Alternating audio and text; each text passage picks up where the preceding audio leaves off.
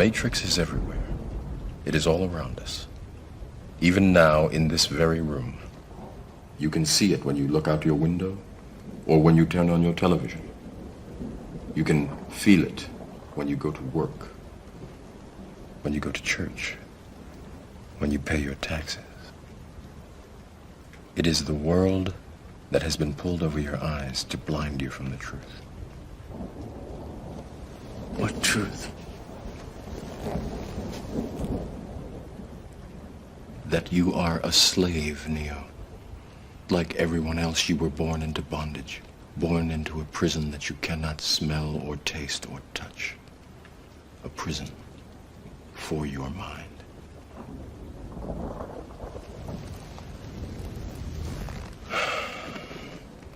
Unfortunately, no one can be told what the Matrix is. You have to see it for yourself.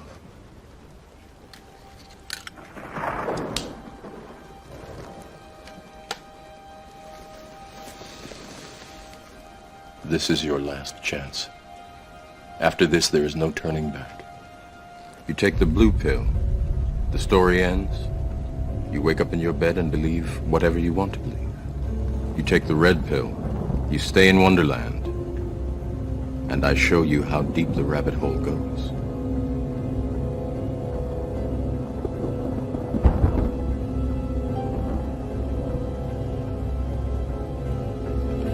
Remember, all I'm offering is the truth, nothing more.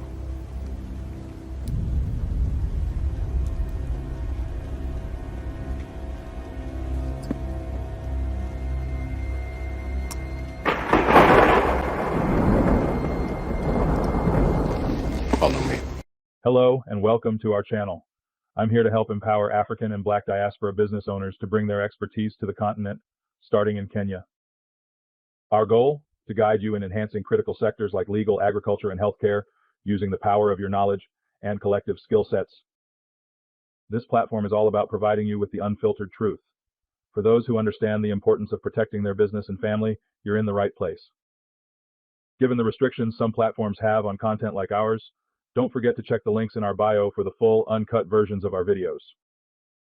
With my experience as an entrepreneur, former tech founder, and professional athlete, I'm here to connect driven individuals, ready to use their businesses as a beacon of hope in these challenging days.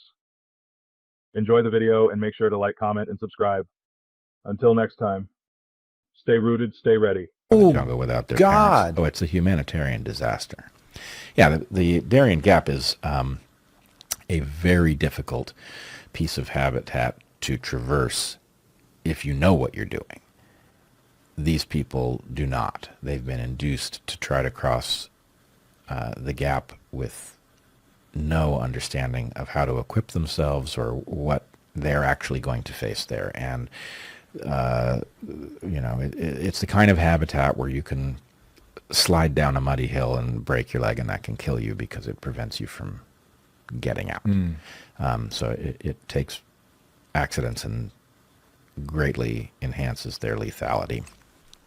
But you've got this migration. All of the migrants who will speak to us are economic migrants. They're all very clear about this, which means they're not eligible for political asylum in the U.S., though that is the basis on which they are crossing our southern border. But there is another migration, which is housed separately, which I found very surprising. It is a migration that is almost entirely Chinese, is predominantly young men.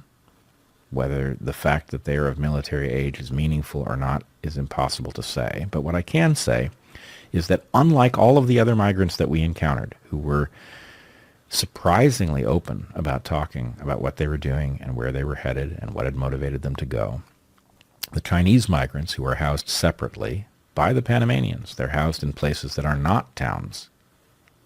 Interestingly, they're housed, there's a camp called San Vicente, which Secretary Mayorkas visited when he was in Panama, right before it was expanded greatly. But the Chinese who are moving through the San Vicente camp are unwilling to talk. They give off a hostile air, and it's not clear to me why this should be the case. If they were, for example, fleeing oppression at the hands of the Chinese Communist Party, you would expect them to be at least curious about citizens of this country that they were apparently going to start a new life in. That would be a natural thing. And even if they were afraid to talk because they were afraid of what might happen if word got back, you would not get a hostile sense. You would get a sense that they were conflicted or trapped and couldn't talk. But that was not at all the impression they left. The impression they left was one of hostility and mockery, and it was decidedly disturbing. He will strengthen Russia and China to come against this country and to break her down in what the Lord says will be a very swift war. So I've shared here in so many prophecies, the Russia and China playlist is now 33 prophecies strong. So once I cut this one into a snippet and add it there, it will be 34 messages from the Lord concerning why America is going to fall to sin and how fast she's going to fall to sin. America is not going to be able to respond to these countries in any way. And that is because the Lord says that it will be such a sucker punch, such a sucker punch that Russia has put it together that it will send America reeling. It will be a TKO. It will be a complete beatdown that this country will be completely unprepared to respond to. And so you hear God say it again. Scarcely will America try to raise up her defenses, but China is going to strike them down again using faster and more powerful attacks than America can defend against. It was a few years ago in 2019. I think the prophecy is called Send for Their Flesh. And the prophecy is so long that I had to break it up in terms of writing. I had to break it up into 3 different pieces. So it was the main body, Send for Their Flesh, where I described the vision of seeing Vladimir Putin, the president of Ukraine, Taiwan, China was there, and so many other countries were there. Most of them were not speaking, and Vladimir Putin wasn't speaking. And the countries were discussing among themselves, and China was complaining and saying, I'm developing at such a fast rate. I don't have enough workers for the kind of projects I want to do. And as a father of 4 kids, I feel like it's my duty to show you all the disturbing proof I've uncovered and tell you exactly what I'm going to do to protect my family. Because the truth is, we might have less than 24 hours to prepare. Like I said before, my name is Teddy Daniels. And if my name sounds familiar to you, maybe you've seen me on Tucker Carlson after he saw the combat footage from the day that I almost died. He invited me to his show to tell my story. Take a look. So you were wounded while there? Yes, sir. Yes, sir. And I think we have video Yeah. of that. I mean, which is sort of amazing. You had a helmet cam? Yes, sir. Okay. So this is you in Afghanistan in a firefight. Here we go. Lay down some f***ing fire!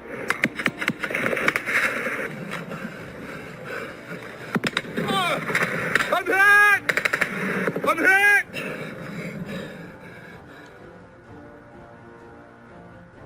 That's you? That's me. Shocking. That's shocking video. April 25th, 2012. I was hit by a round, AK-47, and that day, behind that rock, I had my talk with God.